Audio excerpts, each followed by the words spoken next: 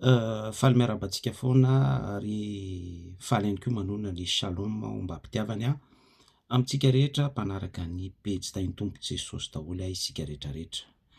Ampitafatra kely fotsiny amin'ny resaka Paska na Pâques na Pesa na tsy fantatro izay iantsoantsika azy ampitafatra sady hanonako fiadanana amintsika rehetrarehetra. Raha ny contexte biblika dia be dia be mihitsy no mandray ny Pâques na ny Pesa na ny tsy fantatro izay iantsoantsika azy hoe Paska kristiana, Paska jiosy, Exodus toko 12 ny Paska kristiana, 1 Corinthiens toko 5 izay ambaran'ny Paoly mazava tsara hoe fa voavony Kristy Paska ho antsika, tomboka asian'ilay tao amin'ny efitra ambony izay tanteraka teo amin'ny hazo fijaliana. Fa ny afatra hanonako fiadanana amintsika anio dia hoe iray ihany tompoko ny Paska. Averiko tsara hoe iray ihany ny Paska. Ny Paska dia fahafatesana mivadika ho fiainana. Izay ilay hoe fahafatesana mivadika ho fiainana izay dia asa tanan'Andriamanitra madio tsy misy avy etỳ amintsika olombelona.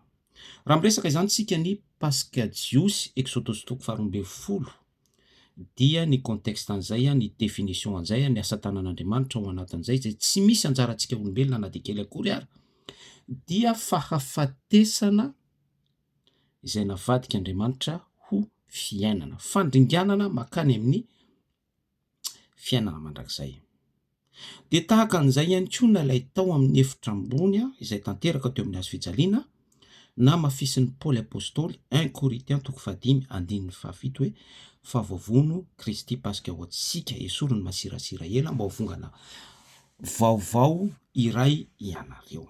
Ka raha azonao ny fanazavana, raha azonao izay teny atsipy fohy dia fohy izay dia hoe iray ihany ny Paska, ilay namadian'Andriamanitra ny fahafatesana ho fiainana. Raha atao conclusion zany izay fanazavana tsotra izay dia manoloana ny trangan-javatra misy ankehitriny sy ny fiainantsika zanak'olombelona izay voahidy ao anaty fahafatesana dia misy Paska voavony Kristy Paska ho antsika, na ilay Exodus toko 12 dia zanak'ondry tsy misy kilema, biby